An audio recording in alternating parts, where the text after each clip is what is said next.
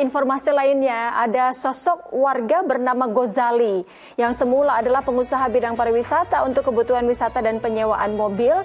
Namun ketika pandemi COVID-19 ini terjadi, usahanya otomatis mandek karena berbagai aturan jaga jarak. Nah, Gozali ini harus memutar otak untuk mencari sumber rezeki lain. Tak lama terbersit ide untuk membuat manisan herbal. Salah satunya manisan empon-empon.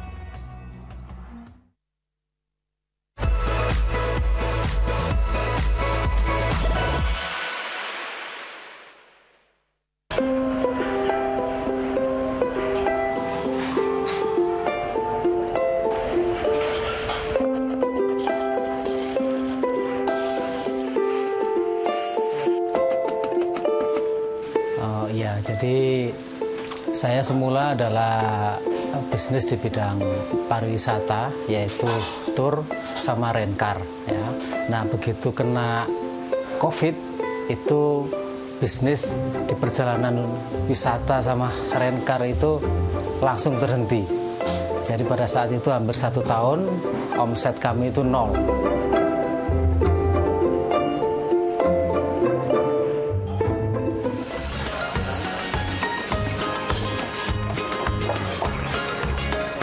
Kalau empon-empon fresh itu kan daya tahannya sangat terbatas. Nah, saya akhirnya muncul ide membuat makanan, camilan, manisan empon-empon itu.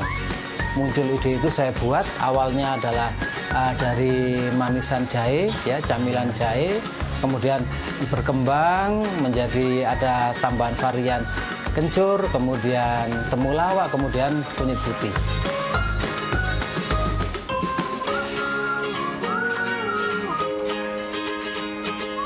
Pada saat awal, ya saya namanya mengawali ya, nyari channel untuk sumber empon-empon itu saya harus turun ke lapangan, turun ke pasar-pasar ya, nyari sendiri, kemudian juga ngangkati sendiri, mikul nenggulu sendiri. Itu awalnya saya lalui semuanya itu.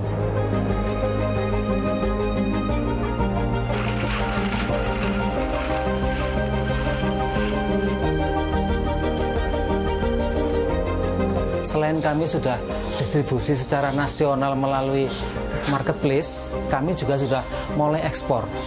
Jadi kami sudah dapatkan buyer dari Malaysia. Beliau sudah membeli ke kami 2 kali dalam jumlah yang lumayan besar, ya. Itu yang membuat kami sangat terharu, bangga, dan makin bersemangat. Saya melihat pada intinya kita harus tetap bersemangat, kreatif ya, dan pada intinya itu kita harus berani berubah. Masya Allah, luar biasa sekali. Dari yang semula usahanya terdampak karena pandemi, namun bisa memutar otak dan kemudian mencari jalan lain untuk mencari rezeki yang halal. Tapi kalau kita lihat tadi terkait manisan herbal yang juga berkhasiat menyehatkan tubuh, ini sesuai dengan syariat Islam bahwa hamba yang kuat itu lebih disukai oleh dan dicintai oleh Allah daripada hamba yang lemah. Ustaz Subki, sejarah mencatat bagaimana Rasulullah juga begitu menjaga kesehatannya. Mungkin Ustaz bisa menjelaskan seperti apa sih Ustaz pola hidup sehat yang diterapkan Rasulullah Shallallahu Alaihi Wasallam? Adakah ramuan rutin begitu yang dikonsumsi oleh Rasulullah? Sallallahu Alaihi Wasallam. Jadi memang begini.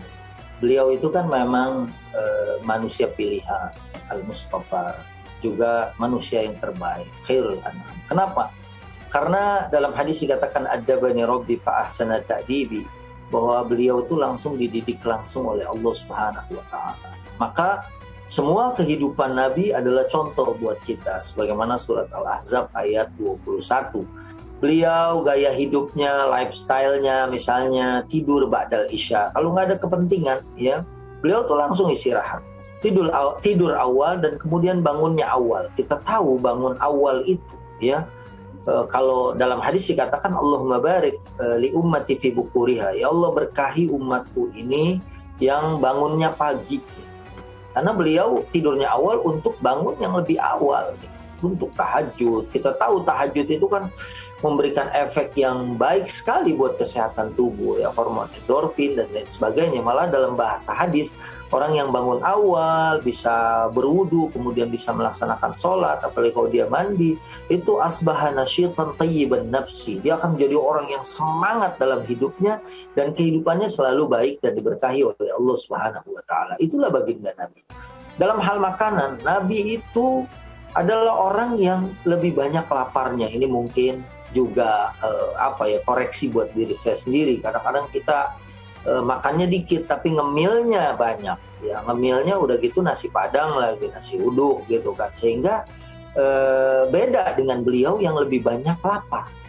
Ya, beliau kalau nggak ada makanan, beliau puasa, dan ternyata itu adalah sehat gitu ya buat kita semua gitu ya. Nah, di dalam Al-Quran ada madu misalnya, disebut minuman ahli surga, misalnya juga ada susu misalnya, ada zanjabil, jahe gitu. Tadi kan ini manisannya manisan jahe gitu ya.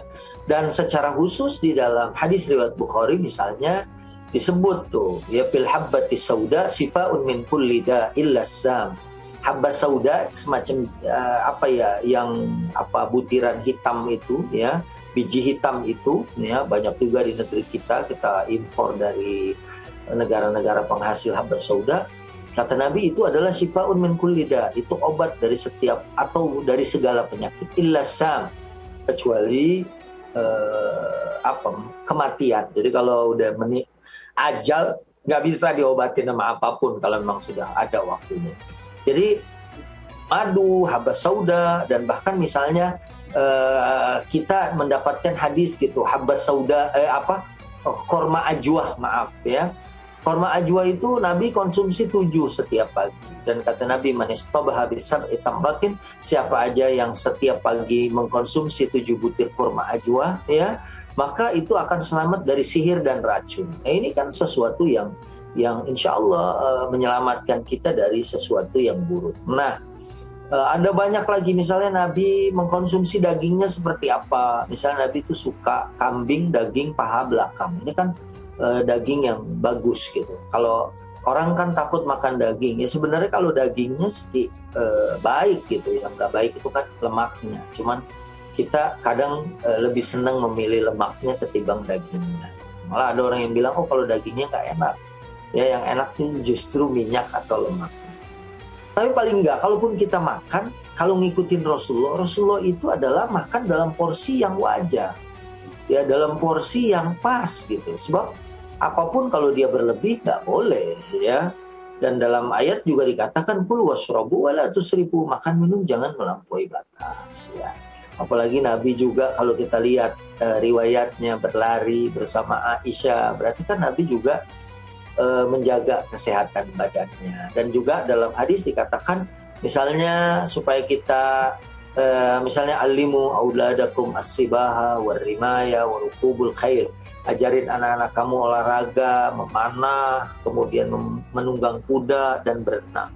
Memanah sama menunggang kuda sih nggak susah di padang pasir ya. Tapi kalau berenang kan ini menunjukkan bahwa walaupun nggak ada tempatnya, tapi itu adalah satu jenis olahraga yang disebut oleh Nabi SAW, yang ternyata nilai aerobiknya bagus, kemudian melatih endurance kita ya. Dan kalau kita lihat ya, ini adalah merupakan sesuatu yang